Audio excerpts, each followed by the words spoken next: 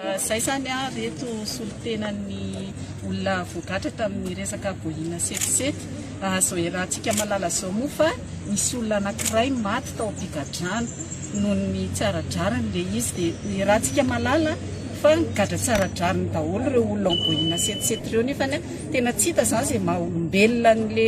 le olona any am-pigadrana amin'izao. Misy ny olon-dehibe efa 70 taona mahery, misy ny olona mbola misy olona marary ihany koa amin'izao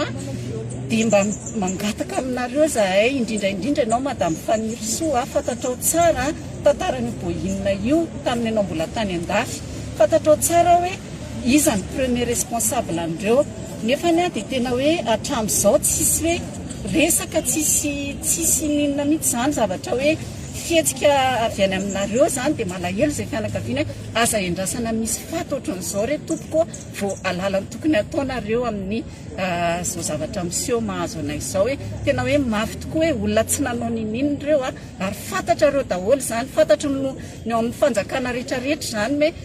innocent ireo olona ao am-pigadrana ireo ka mba mangataka aminareo zay hoe mba jereo manokana, tena hoe jereo manokana farazeny aingana fa tena tsy rariny intsony ilay zavatra miseho amin'izao zavatra izao. Fa misy tena hoe maninona efa hoe fantatra hoe marary ilay olona dia efa tsy salama noho ninona maty salama anazy izy nanao stress mahazo anazy hoe zareo olona tsy nanao nefany dia ao am-pigadrana efa enim-bolana ndray enim-bolana izao ireo olona ireo no migadra dia tena hoe maninona ny tsy avoaka, maninona ny hoe efa maty ilay olona vao avoaka ao am-pigadrana efa dia fantatra hoe tsy salama, misy marary miditra hôpitaly efa tena hoe efa tena lahoana vao tafavoaka le olona ary amin'izao tsika miteny izao anaty stress anaty aretina ireo olona ambin'ireo ka mba miangavy re tompoko indrindra ianao teo madame Fanirosoa jereo manokan'ireo mba raisy izay majinika rehefa ohatra hoe tonga any aminao mba jereo izay majinika hoe rehetra zahay fianakaviany boina setisety mba raisy hoe zahay tompoko mba enoy fitarainanay fa zay tarainanay rehetrarehetra tena ohatrany hoe anareo dia zay fanaranareo dia rehefa matinareo satria zany zay tsisy voly zay dia hoe zay zany ny ataonareo zay zany hoe tena hoe zay ve zany ny faranay zay nefa tsy nahazo vola na nkely ary tsy nahazo voly zay reo fianakaviana tsy nahazo voly reo nisy olona nahazo vola tamin'ny setisety io fa ny ankabeazan'ireo tsisy nahazo reo olona migadra reo ao anatin'ny amponja reo tsisy nahazo vola reo ary magaga amin'izao fotoana zao be da be marary ao nefa tsy avoakan'ireo hatramin'izao misy mangataka LP tsy mahazo, misy mangataka hitsabo aty amin'ny hôpitaly misy tsy mahazo, maty vao avoaka avao am-pigadrana, maty vao avoaka ao am-pigadrana ny olona marary mafy ohatr' izany mahazo amin'ny resaka raraboina setisety. Mafy ihany nanagadra an'ireo tao mafy ihany ho mitondra boina makany Iran fa tsy ny olona madinika mpiasa madinika no mavita mandefa boina makany Iran fa mpiasa madinika reo iraka ny nahazo an'ireo iraka ohatrany hoe misy hatramin'ny gardien tsotra ao coursier tsotra sécurité tsotra olon-dehibe 70 taona tompo-trano manofa trano nampanofaina ny tranony izy malalazava ampanofaina ny tranony gardraina any fa maninona ny gardraina any misy zana misy olona mbola manana hydrocéphalie ny lohany botsina ohatr' zany any amin'ny hôpitaly any tsy avoaka an'le fitondrana hatramin'izao tsy haiko hoe iza moa le fitondrana moa zany hoe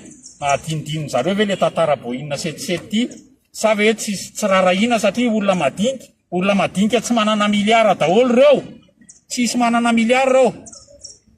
fa dia zao zava-misy toko misy maty miangatanay zany dia mangataka zay jereo manokan'ireo jereo tsirairay reo azavadika ny dossier an'ireo jereo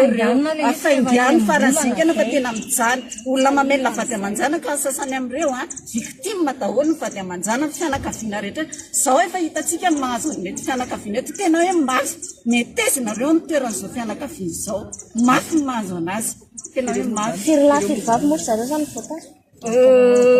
tena mroapolo zareo tena mbavy efa bavy zany efa bavy ny any zany dia iny amin'ilay hoe ohatrany hoe teboka ray ny anjehana hitazomana ny zareo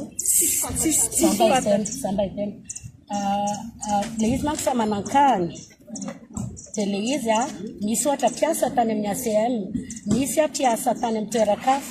fa ho anay manokana zao ohatra hoe sécurité dia natsoina hoe tsy hita le patron tsy haiko izay dia alaina fotsiny hitadiavana hoe aiza le patron tamin'izay izy nanomboka no nanomboka hoe atao enquête fotsiny tao amin'ny BC dia rehefa hita ny patron dia avotsitra fa hatramin'ny mandrak'androany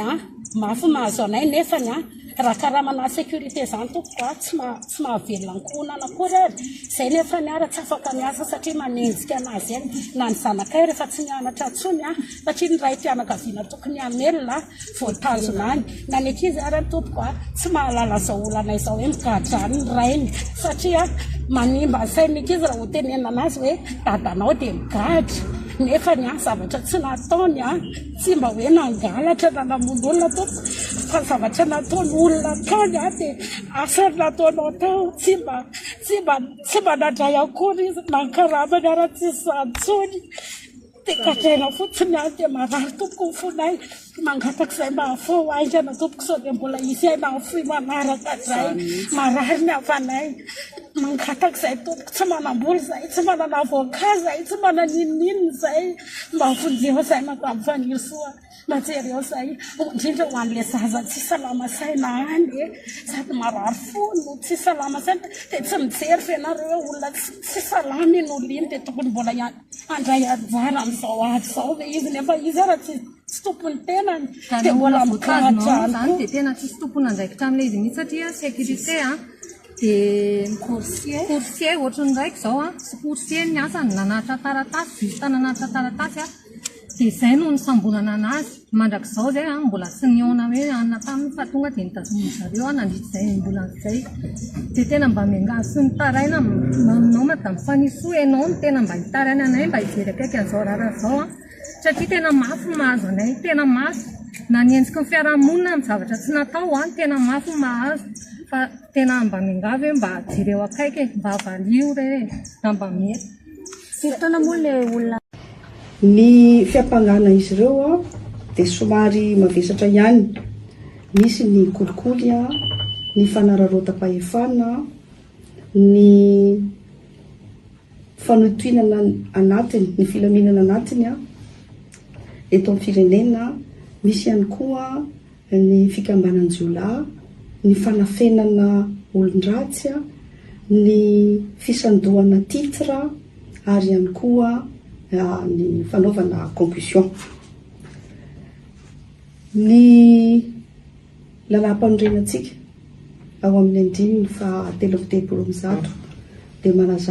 mazava tsara fa ny membre ny gouvernement izay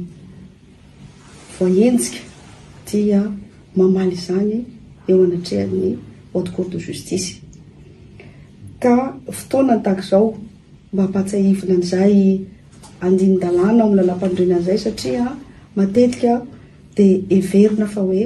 ny pôle anti-corruption foana no afaka mitsara ny raha lehibe rehetra mahakasika ny olon-drehetra izay manana toerana eto amin'ny firenena hatramin'izao hatramin'ny nanombohan'ny famotorana savaravina dia mahita tsika ao anatin'ny atotan-taratasy ao fa misy voapanga dia tena manaiky manao aveu zany ary mitantara amin'ny atsipiriany mihitsy ny zavatra nataony rehetrarehetra sy ny olona izay niaraka ny sala tamin'izany saingy amariny kokosa nefa fa tsy misy mpitondra na anankiray ary izay mbola voatonona ao anatin'io raharaha io ankoatr'izay ihany koa dia ao anatin'ny fahefan'ny pôle anti-corruption tanteraka ny fikirakirana ny raha tahakitony satria dia misy famotsim-bola ao anatin'ny tiraraha ity misy fiampangana ihany koa nanao kolikoly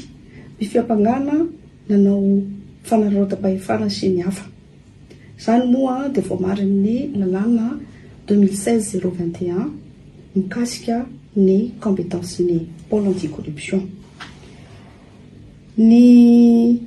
zavatra azo lazaina ihany koa manontany ny rehetrarehetra mahakasika n'ilay FBI. Ny FBI a dia tonga teto tokoa miarany salahy sy ny fandrombana tamin'ireo mpanao famotorana savaravina, ireo mpikaroka fandikan-dalàna zany, l'officier de police judiciaire, izay ny brigade criminelle no nisahana an'izay. Kanefa tsika izao efa tia amin'ny fitsarana, efa tia amin'ny pôle anti-corruption tsika, dia tsy afaka hiresaka betsaka mikasika an'izany izahay satria efa zavatra hafa no hatrehana aty fa tsy ny famotorana zavaravina intsony. Ankoatr'izay dia tsara ho marihana ihany koa raha nytanisany hoe iza daholy no voapanga niakatra fampanoavana eto amin'ny pôle anti-corruption Antananarivo androany. Misy orinasa voatanisa teo aty amin'ny pôle anti-corruption tsy ny représentant légal amin'ireny orinasa ireny ihany no enjehana sy omelohiny, fa ireny orinasa ireny izay fantatsika amin'ny teny baiko hoe personne morale dia responsable pénalement ihany koa ary azo enjehana sy melohina.